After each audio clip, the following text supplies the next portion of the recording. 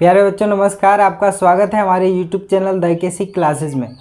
बच्चों आज हम लोग 10वीं कक्षा का जो फिजिक्स है उसका पहला चैप्टर प्रकाश का परावर्तन का दूसरा पार्ट पढ़ने वाले हैं। पहला पार्ट जो है हम लोगों ने बच्चों पिछले दिन ख़त्म किया था, और अगर आप लोग पहला पार्ट नहीं देखे हैं तो मैं इस वीडियो के डिस्क्रिप्शन में उस वीडियो का लिंक डाल दूँगा, आप लोग जाके आज वो वीडियो देख लीजिएगा। लेकिन फिर भी बच्चों अगर आप आज से हमारा वीडियो देख रहे हैं, इसी वीडियो से आप चालू किए हैं, तो चलिए थोड़ा सा रिवीजन मैं पीछे का करा देता हूं। ठीक है बच्चों, तो सबसे पहले हम लोगों ने कल के वीडियो में क्या पढ़ा था। कल के वीडियो में हम लोगों ने पढ़ा था कि प्रकाश क्या है। बच्चों मैंने आप लोगों को बताया था कि हमें क्या है बच्चों, अगर किसी भी चीज़ों को देखना हो तो आँख के अलावा प्रकाश की ज़रूरत पड़ती है। बिना प्रकाश के हम लोग किसी भी चीज़ को देख नहीं सकते हैं। जब प्रकाश उस वस्तु पे पड़ती है और पड़ के हमारी आंखों तक वापस आती है, तभी जाके हम उस वस्तु को देख पाते हैं। ठीक है बच्चों, उसके बाद हम लोगों ने देखा था कि प्रकाश के स्रोत क्या हैं, मानव निर्मित और प्राकृतिक स्रोत के बारे में हम लोगों ने जाना था। फिर उसके बाद हम लोगों ने ये भी पढ़ा था कि प्रदीप्त वस्तु या अप्रदीप्त वस्तु किसे कहते हैं। उसके बाद बच्चों हम लोगों ने प्रकाश के प्रकीर्णन के बारे में जाना था कि जब छोटे छोटे सूक्ष्म कणों पे प्रकाश पड़ती है तो वो छोटे छोटे सूक्ष्म कण प्रकाश की ऊर्जा को अपने अंदर अवशोषित कर लेते हैं और फिर जाके बाद में उसे विकिरित कर देते हैं। इसे ही प्रकाश का प्रकीर्णन कहते हैं। उसके बाद बच्चों हम लोगों ने पढ़ा था कि प्रकाश के कितने किरण पुंज हैं।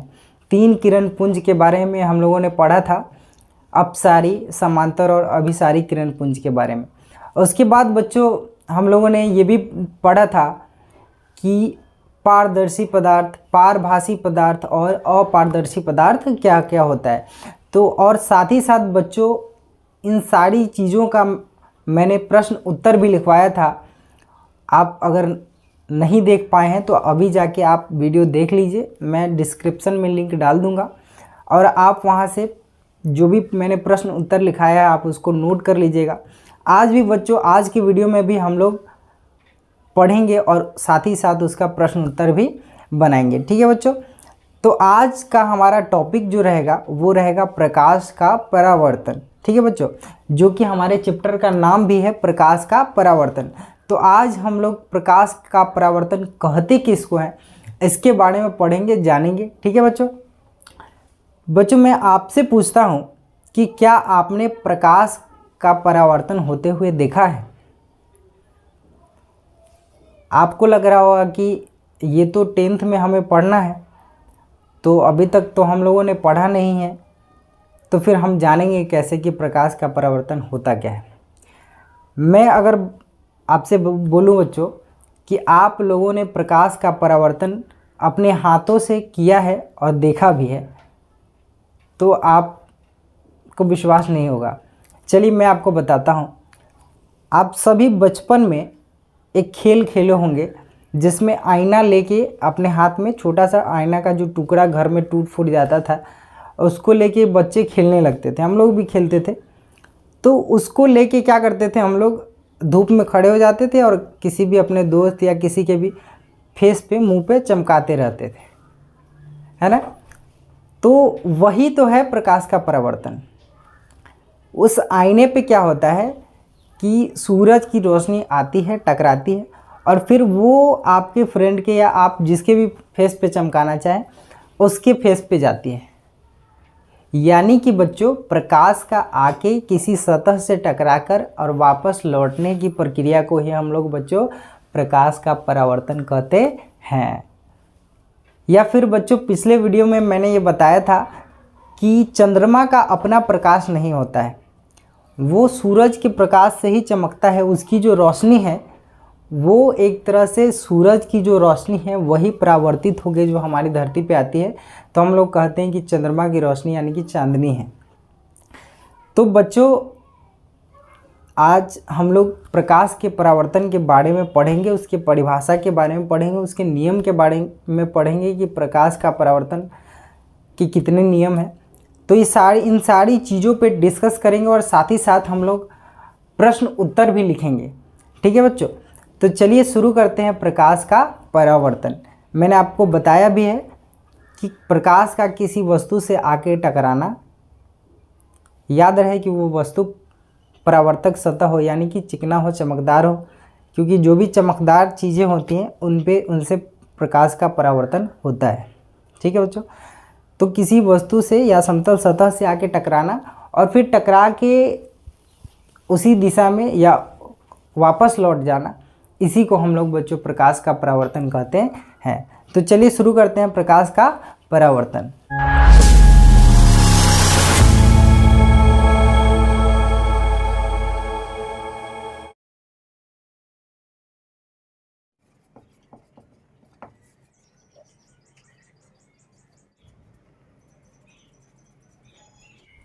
प्यारे बच्चों, अगर परीक्षा में पूछा जाता है कि प्रकाश का परावर्तन किसे कहते हैं, तो बच्चों आप इसका उत्तर क्या लिखेंगे? चलिए बच्चों, मैंने इसका उत्तर लिख दिया है कि प्रकाश के किसी वस्तु से टकराकर लौटने को ही प्रकाश का परावर्तन कहते हैं।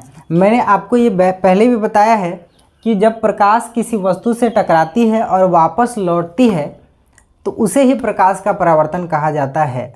परिभाषा आपको याद करने की भी ज़रूरत नहीं पड़ेगी, हम लोग इतनी बार इसको रिपीट करेंगे, बोलेंगे, बोल बोल के आपको याद करवा देंगे। क्योंकि याद करने का एक अच्छा तरीका ये भी होता है बच्चों, किसी को लिख के याद होता है, किसी को बोल के याद होता है। इतनी बार बोलिए कि कोई पूछे कि प्रकाश का परावर्तन किसको कहते हैं, तो आपको सुनाई दे कि किसी वस्तु से टकराकर लौटने की घटना, जो प्रकाश के लौटने की घटना है, उसको प्रकाश का परावर्तन कहते हैं। अब देखिए बच्चों, सुन सुन के कैसे याद होता है, इसका एक प्रूफ आपको बताते हैं। अगर आपको कोई पूछेगा कि बच्चा बताइए एप्पल मीन्स क्या होता है, आपको सुनाई देता है, ऐसा लग रहा है कि जैसे सुनाई दे रहा है कि एप्पल मीन्स सेब होता है। तो वैसे ही आप इतनी बार इसको बोलेंगे, इतनी बार रिपीट करेंगे कि आपको ये याद ही हो जाएगा, बढ़िया से याद हो जाएगा। और चूँकि आप समझ भी लेंगे कि प्रकाश, जैसे कि मान लीजिए मैंने ये किरण आरेख बनाया है। ठीक है बच्चों, इसके माध्यम से हम लोग समझते हैं कि ये एक प्रकाश की किरण है जो आती है और ये समतल दर्पण है। ठीक है बच्चों, ऐसा समतल दर्पण किरण आरेख में समतल दर्पण को इस प्रकार के फिगर से समझाया जाता है। ठीक, ये पीछे का भाग है रजतित, यानी कि चांदी से इसको पॉलिश किया गया है। ऊपर से देखने वाला भाग है, परावर्तक सतह जो है वो ऊपर से है, पीछे का पेंट वगैरह ये सब है। तो कोई प्रकाश की किरण जो है AO, ये आती है और इस समतल दर्पण पे यहाँ पे आके टकराती है, O बिंदु पे आके ये टकरा रही है और टकरा के फिर OB, यानी कि ये जो रेखा है वो परावर्तित होके वापस जा रही है। ठीक है बच्चों, फिर से समझिए, प्रकाश की किरण आई, यहाँ पे टकराई और फिर वापस चली गई, यानी कि परावर्तित होके वापस चली गई। तो इसी घटना को हम प्रकाश का परावर्तन कहते हैं। इसके कुछ यहाँ पे इम्पोर्टेंट याद रखने वाले कुछ वर्ड्स हैं, इनको याद रखेंगे। जैसे कि आपतित किरण किसको कहेंगे, तो जो किरण आती है और टकराती है समतल सतह से, वो आने वाली किरण को हम आपतित किरण कहते हैं। ऐसे भी आप समझते हैं आना, तो आप इससे याद रख सकते हैं कि जो आती है किरण और समतल सतह से टकराती है उसे हम आपतित किरण कहते हैं। जो टकरा के वापस जाती है उसको हम परावर्तित किरण कहते हैं। क्या कहते हैं बच्चों? जो टकरा के वापस जाती है उसे हम परावर्तित किरण कहते हैं। ठीक है बच्चों, जो किरण समतल सतह से टकरा के या समतल दर्पण से टकरा के वापस जा रही है उसे हम परावर्तित किरण कह रहे हैं। ये क्या है? ये N और O जो देख रहे हैं, ON, ये अभिलंब है। अभिलंब क्या होता है? तो जिस बिंदु पे आके परावर्तित आपतित किरण टकराती है उस बिंदु को आपतन बिंदु कहते हैं। ठीक है, तो आपतन बिंदु पर जो लंब हम खींचते हैं, आपतन बिंदु पर अगर हम एक लंब खींचे, यानी कि 90 डिग्री पर एक सीधी रेखा खींचे, तो वो अभिलंब कहलाता है। वो क्या कहलाता है? अभिलंब कहलाता है। आपतन बिंदु पर खींचा गया जो लंब होता है उसे हम अभिलंब कहते हैं। क्या कहते हैं बच्चों? अभिलंब कहते हैं।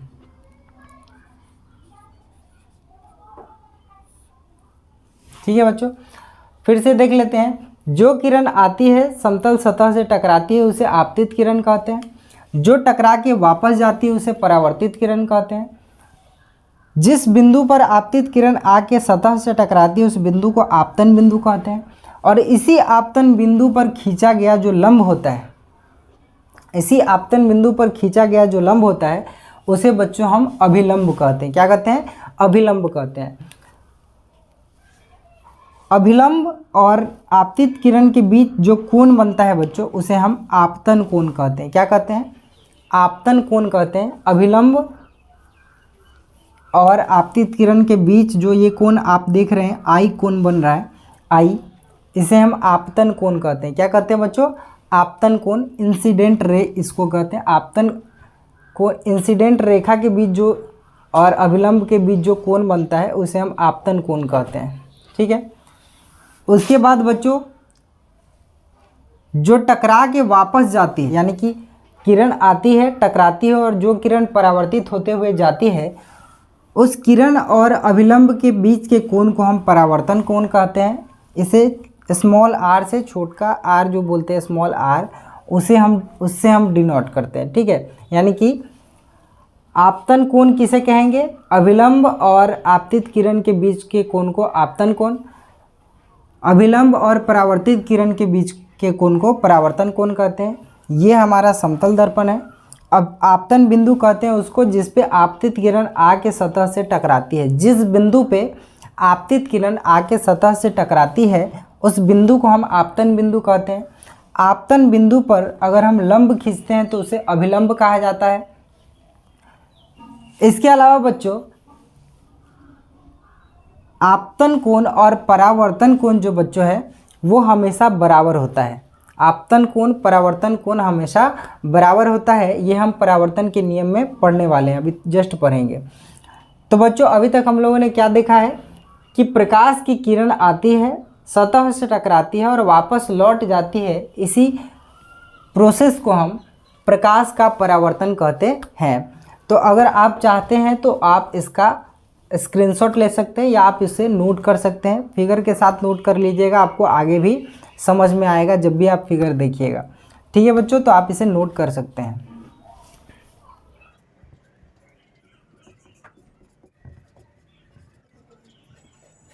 प्यारे बच्चों, परावर्तन के बाद अब बात आता है कि परावर्तन के नियम क्या हैं। तो बच्चों जब भी कोई प्रकाश की किरण किसी सतह पर पड़ के जिन नियमों का पालन करते हुए परावर्तित होती है, फिर से बोलेंगे एक बार कि जब भी कोई प्रकाश की किरण किसी सतह पे पड़ती है और जिन नियमों का पालन करते हुए परावर्तित होती है उसको हम प्रकाश के परावर्तन का नियम कहते हैं। ठीक है बच्चों, प्रकाश के परावर्तन का नियम कहते हैं। अब बच्चों बात ये आता है कि प्रकाश के परावर्तन के नियम जो है वो कितने नियम हैं। ये प्रश्न में पूछा जाता है कि प्रकाश के परावर्तन के नियम क्या हैं और कितने नियम हैं। तो बच्चों प्रकाश के परावर्तन के 2 नियम हैं। प्रकाश के परावर्तन के 2 नियम हैं। कौन कौन है? तो पहला नियम है कि आपतित किरण, परावर्तित किरण तथा आपतन बिंदु पर खींचा गया अभिलंब। फिर से सुनिएगा, आपतित किरण, परावर्तित किरण तथा आपतन बिंदु पर खींचा गया अभिलंब जो होता है बच्चों वो एक ही समतल में होता है। एक ही समतल में कहने का मतलब ये है कि आप देखिए, ये आपतित किरण है, ये परावर्तित किरण है और ये आपतन बिंदु पर खींचा हुआ अभिलंब है। ये तीनों एक ही समतल में यहाँ पे है ना। आपतित किरण, परावर्तित किरण और आपतन बिंदु पर खींचा गया अभिलंब, ये तीनों जो है बच्चों वो एक ही समतल में होना चाहिए। ठीक है।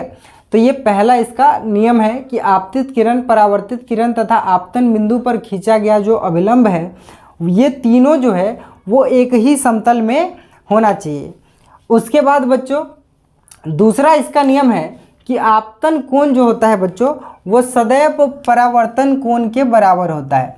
आपतन कोण जो है वो हमेशा परावर्तन कोण के बराबर होता है। आप देखिए ये जो आई है वो हमेशा बराबर होगा आर के।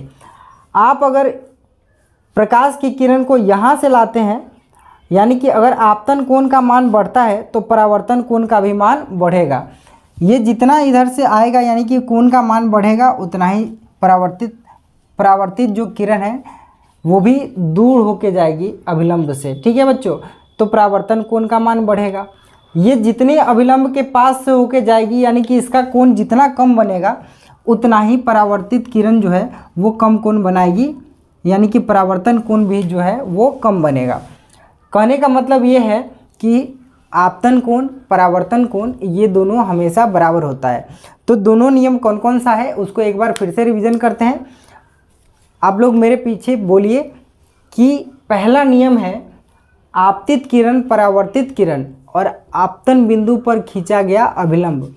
आपतित किरण परावर्तित किरण और आपतन बिंदु पर खींचा गया अभिलंब, अगर फिगर के साथ पढ़ेंगे तो याद हो जाएगा, आपके दिमाग में फिगर छप जाएगा और आपको जब भी पूछा जाएगा तो आप आंख बंद करके आप सोचिएगा तो आपके आंख में आपके दिमाग में ये फिगर आएगा कि एक आपतित किरण था, दूसरा परावर्तित किरण था और आपतन बिंदु पर खींचा गया जो अभिलंब था ये तीनों एक ही समतल में था, ये तीनों एक ही समतल में था। ये पहला इसका नियम है।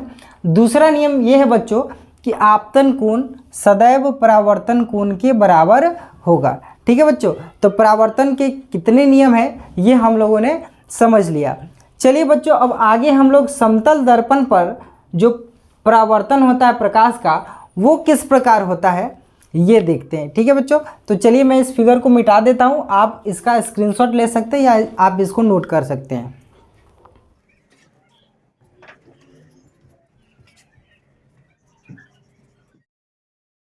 प्यारे बच्चों, अब बात आती है कि समतल दर्पण पे अगर कोई प्रकाश की किरण पड़ती है तो उसका परावर्तन किस प्रकार होता है। यदि मान लीजिए कि समतल दर्पण पे कोई प्रकाश की किरण लंबवत पड़ती है, यानी कि पूरा 90 डिग्री पे ऐसे कोई टॉर्च जलाते हैं हम, अगर मान लीजिए मिरर पे समतल दर्पण पे, तो फिर उसका परावर्तन किस प्रकार होगा, क्योंकि जैसे जैसे हम टेढ़ा करेंगे वैसे वैसे उसका परावर्तन, जितना कोण पे हम लाइट जलाएंगे या कोई किरण आएगी उतने ही कोण पे वो परावर्तित होगी, यानी कि आपतित किरण जितना उसका रहेगा उतना ही परावर्तित किरण का जो कोण है वो रहेगा।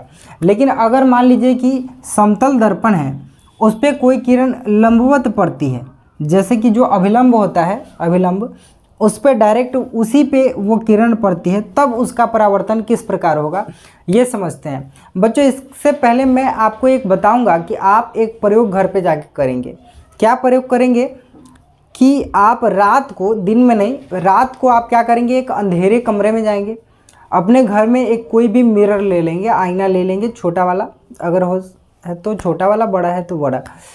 आप उस मिरर को रख के पूरा कमरा अंधेरा कर लेना है आपको, और आपको क्या करना है, एक टॉर्च लेना है और उसको बिल्कुल एकदम सीधा रखना है, उसको एकदम सीधा रख के और तब उसको टॉर्च जलाना है। आप याद रखिएगा कि थोड़ा भी टॉर्च आपका टेढ़ा होगा तो फिर वो जो है परावर्तित, जितने एंगल पे आपका टॉर्च रहेगा उतने ही एंगल पे वो परावर्तित किरण चली जाएगी। इसलिए आपको एकदम सीधा टॉर्च रखना है और टॉर्च को जलाना है। आप देखिएगा कि लाइट जो है उस मिरर पे जाती है, टकराती है और फिर उसी पे वापस आती है। यानी कि कहने का मतलब ये है कि समतल दर्पण पर लंबवत पड़ने वाली प्रकाश की किरण जो है बच्चों, वो परावर्तन के बाद उसी पथ पे वापस लौट जाती है। आप यहाँ इस फिगर में भी देख सकते हैं कि ये आपतित किरण आई, इस समतल दर्पण पे टकराई और फिर इसी रास्ते पे वापस भी जा रही है। ये परावर्तित किरण है जो वापस जा रही है, ये आपतित किरण है जो आ रही है। चूँकि दोनों एक ही रेखा पे है, एक ही पथ पे है, इसलिए दोनों अलग अलग हम दिखा नहीं सकते आपको, और दिखेगा भी नहीं आपको, क्योंकि ये जिस पथ पे आती है उसी पथ पे वापस चली जाती है। और ऐसी स्थिति में बच्चों आपतित किरण जो है या परावर्तित किरण दोनों एक ही पथ पे आती है और आपतन कोण भी 0 होता है और परावर्तन कोण भी 0 होता है। याद रहे कब, जब हम समतल दर्पण पे किसी भी किरण को लंबवत लाएंगे। लंबवत अगर समतल दर्पण पे कोई किरण पड़ेगी तो उसका परावर्तन बच्चों उसी पथ पे वापस लौट जाएगी। क्या होगी, उसी पथ पे वापस लौट जाएगी। ये प्रश्न पूछा जाता है परीक्षा में कि समतल दर्पण पर लंबवत पड़ने वाली जो प्रकाश की किरण है उसका परावर्तन किस प्रकार होता है। तो बच्चा उसका हम लोग उत्तर ऐसे लिख सकते हैं कि जब समतल दर्पण पर कोई किरण आपतित होती है लंबवत, तो वह परावर्तन के बाद उसी पथ पर वापस लौट जाती है। वैसी स्थिति में आपतन कोण और परावर्तन कोण ये दोनों 0 होता है। आप ये उत्तर इसके लिए आप लिख सकते हैं। ये किरण आरेख मैंने आपको बना के समझा दिया है, आप किरण आरेख के साथ इसको उतार लेंगे ताकि आपको समझने में कभी भी अगर आप समझना चाहें तो आपको कोई दिक्कत नहीं होगी। तो आप बच्चों इसको उतार सकते हैं।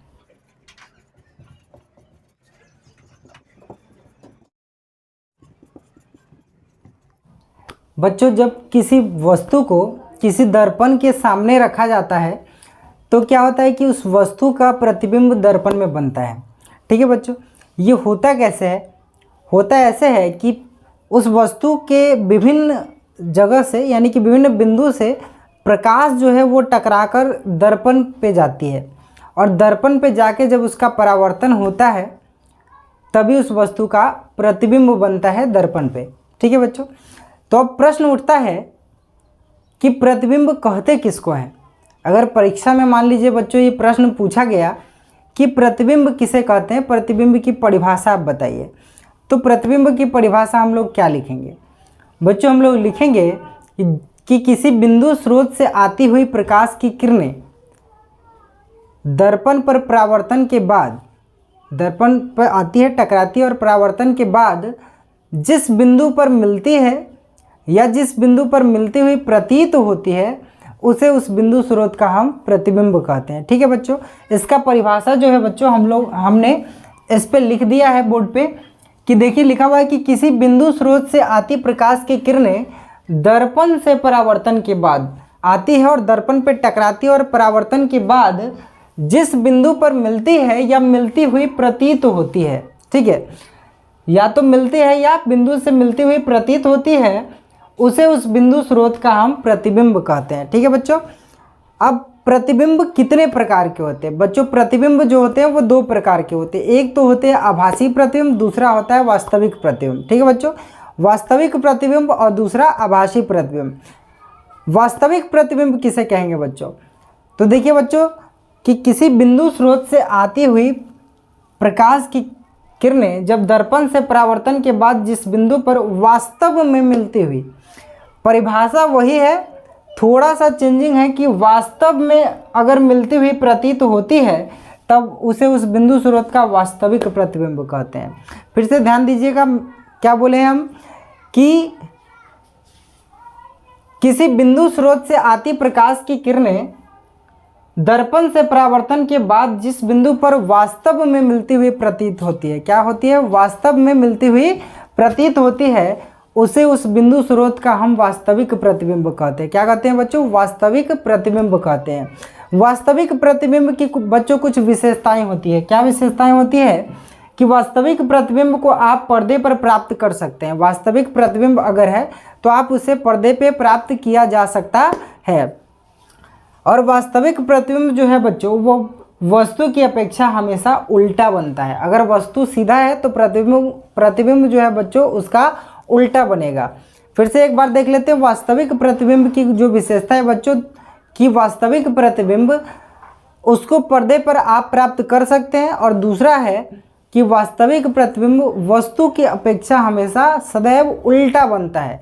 अगर वास्तविक प्रतिबिंब बन रहा है तो आप याद रखिए कि वो उल्टा बनेगा।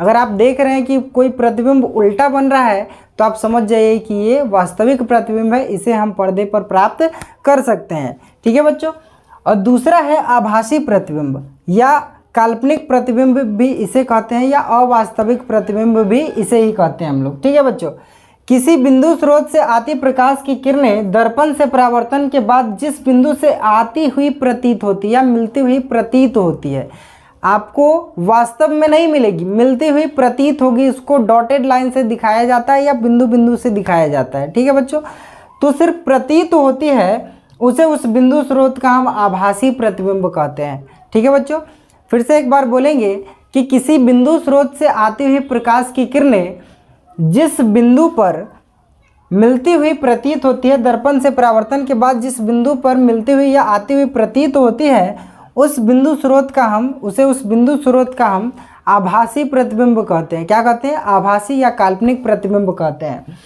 बच्चों इसकी भी कुछ विशेषताएं हैं कि आभासी प्रतिबिंब को हम पर्दे पर प्राप्त नहीं कर सकते हैं। ये ठीक वास्तविक प्रतिबिंब का उल्टा है कि वास्तविक को हम पर्दे पर प्राप्त कर सकते थे, लेकिन इसे पर्दे पर प्राप्त बच्चों नहीं किया जा सकता। और वास्तविक प्रतिबिंब जो है वस्तु के अपेक्षा हमेशा सीधा बनता है। अगर आभासी प्रतिबिंब आपका बन रहा है, अगर आभासी प्रतिबिंब बन रहा है तो बच्चों ये हमेशा सीधा बनेगा। वस्तु जैसे सीधा है वैसे प्रतिबिंब भी सीधा बनेगा। यानी कि अगर आप देखिए कि प्रतिबिंब सीधा बन रहा है तो आप समझ जाइए कि ये प्रतिबिंब जो है वो आभासी प्रतिबिंब या काल्पनिक प्रतिबिंब है या अवास्तविक प्रतिबिंब है। बच्चों मैंने पहले ही बताया कि इसे टूटी रेखा या बिंदुओं से डिनोट किया जाता है, बिंदुओं से दर्शाया जाता है या टूटी हुई रेखाओं से दर्शाया जाता है कि ये आभासी प्रतिबिंब है। यहाँ पे कोई जो किरण है वो आती हुई प्रतीत हो रही है। प्रतीत होने पर हम उसे बिंदुओं से या डॉटेड लाइन से दिखाया जाता है। ठीक है बच्चों एक बात और कि अगर आप लोगों ने मेरा चैनल अभी तक सब्सक्राइब नहीं किया है तो बच्चों अभी जाइए आप मेरा चैनल सब्सक्राइब कीजिए और उसके बगल में जो घंटी वाला बटन होगा वो दबा के ऑल कर दीजिएगा ताकि मेरा सारा वीडियो आपको मिलता रहे और आप उससे कुछ सीखते रहें। ठीक है बच्चों, तो आप इसको उतार सकते हैं कि प्रतिबिंब किसे कहते हैं, प्रतिबिंब कितने प्रकार के होते हैं और सारा जो है उसका मैंने परिभाषा यहाँ पे लिख दिया है, आप इसको नोट कर सकते हैं। प्यारे बच्चों अगला टॉपिक है हमारा पार्श्व परिवर्तन। ये क्या है बच्चों जब भी हम लोग अपना ही जो प्रतिबिंब है, जब भी आईने के सामने खड़े होते हैं तो हम लोग अपना प्रतिबिंब आईने में देखते हैं, लेकिन आप लोग देखते हैं कि वो बिल्कुल हूबहू हम लोग की तरह ही दिखता है। जैसे कि जैसा मेरा फेस है वैसा ही मेरा फेस आईना में भी दिखेगा। लेकिन अगर आप गौर से देखेंगे तो कुछ जो है चेंजिंग परिवर्तन आपको दिखाई देगा। जैसे अगर आपके टी शर्ट वगैरह पे कोई फ़ोटो या कुछ भी लिखा हुआ है तो वो आपको उल्टा दिखेगा, बिल्कुल इस तरह। जैसे आर ऐसे लिखा हुआ है तो आपको ऐसा उल्टा दिखेगा। बच्चों इसे ही हम पार्श्व परिवर्तन कहते हैं। अगर आप आईने में खड़ा होकर अगर आप अपना दाहिना हाथ उठाते हैं तो उस आईने का वो आपके ठीक उल्टा खड़ा है तो वो उसका जो है वो बायां हाथ उठेगा। अगर आप दाहिना हाथ उठाते हैं तो आप फिर उधर पलट के देखिए तो आप जो प्रतिबिंब बन रहा है उसका बायां हाथ उठ रहा है, और जब आप अपना बायां हाथ उठाते हैं तो उसका दाहिना हाथ उठ रहा है।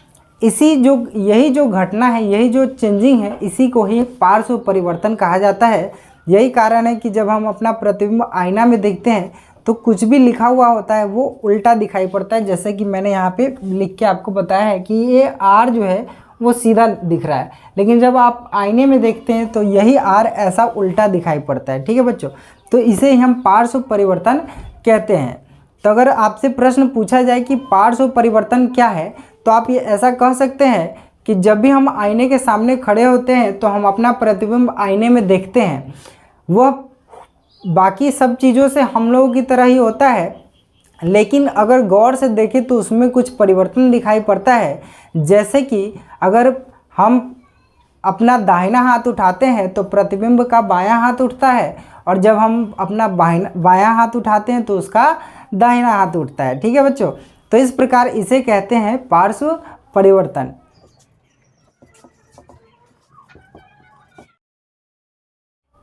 प्यारे बच्चों समतल दर्पण में जब कोई प्रतिबिंब बनता है, जैसे कि हम अपना पिक्चर ही देखते हैं, तो उस प्रतिबिंब की क्या क्या विशेषताएं होती है, चलिए ये देखते हैं कि समतल दर्पण द्वारा बने प्रतिबिंब की जो कुछ विशेषताएं हैं जो मैंने यहाँ पे लिखा है। कि सबसे पहला विशेषता यह है कि प्रतिबिंब दर्पण के पीछे बनता है। प्रतिबिंब जो है बच्चों वो दर्पण के पीछे बनता है। दूसरा इसकी विशेषता है कि प्रतिबिंब का जो आकार होता है वो बिल्कुल वस्तु के आकार के बराबर होता है, यानी कि जितना वस्तु का आकार होगा उतना ही प्रतिबिंब का आकार होगा। इसकी तीसरी विशेषता यह है बच्चों कि प्रतिबिंब वस्तु की अपेक्षा हमेशा सीधा बनता है। बच्चों इसका मतलब यह है कि जब प्रतिबिंब वस्तु की अपेक्षा अगर सीधा बने, यानी कि प्रतिबिंब जो है वो आभासी बन रहा है, क्योंकि जब प्रतिबिंब आभासी बनेगा तभी वह वस्तु की अपेक्षा सीधा बनेगा। बच्चों चौथा इसकी विशेषता ये है कि प्रतिबिंब पार्श्विक रूप से उल्टा होता है। मैंने अभी आपको बताया है पार्श्व परिवर्तन के बारे में कि जब हम अपना पिक्चर देखते हैं, अपना फ़ोटो देखते हैं दर्पण में, तो सब कुछ हूबहू हमारे जैसा ही दिखता है, लेकिन जो लिखा हुआ वर्ड वगैरह ये सब चीज़ होता है वो उल्टा दिखाई देता है। जैसा कि हम अपना दाहिना हाथ उठाते हैं तो प्रतिबिंब का बायां हाथ उठता है, जब हम अपना बायां हाथ उठाते हैं तो प्रतिबिंब का दाहिना हाथ उठता है। तो ये जो प्रतिबिंब बनता है वो पार्श्विक रूप से उल्टा बनता है। और पांचवा इसका विशेषता है कि प्रतिबिंब आभासी होता है, अतः हम इसे पर्दे पर बच्चों प्राप्त नहीं कर सकते। जब भी प्रतिबिंब आभासी बनेगा तो हम उसे पर्दे पर प्राप्त नहीं कर सकते हैं। इसका छठा जो विशेषता है कि प्रतिबिंब दर्पण से उतना ही पीछे बनता है जितना वस्तु दर्पण के आगे अर्थात सामने होगा। आप जितने आईना के सामने रहिएगा उतना ही आपका पिक्चर बनेगा, आप जितना पीछे जाइएगा उतना आपका ज़्यादा पिक्चर बनेगा। तो यही कहने का मतलब है कि प्रतिबिंब जो है दर्पण से उतना ही पीछे बनता है जितना वस्तु दर्पण के आगे खड़ा होता है, यानी कि आगे सामने रहता है। ठीक है बच्चों, तो आज का क्लास जो है बच्चों हमारा यहीं पे समाप्त होता है। इससे आगे जो है हम लोग अगले पार्ट में पढ़ेंगे। बच्चों अगर आप लोगों ने अभी तक मेरा चैनल सब्सक्राइब नहीं किया है तो आप अभी जाइए और हमारा चैनल जो है उसको आप सब्सक्राइब कीजिए। उसके बगल में जो घंटी वाला बटन होगा उसको दबा के ऑल कर दीजिएगा, ताकि हमारा जो भी नया वीडियो है वो आपको मिलता रहे। धन्यवाद।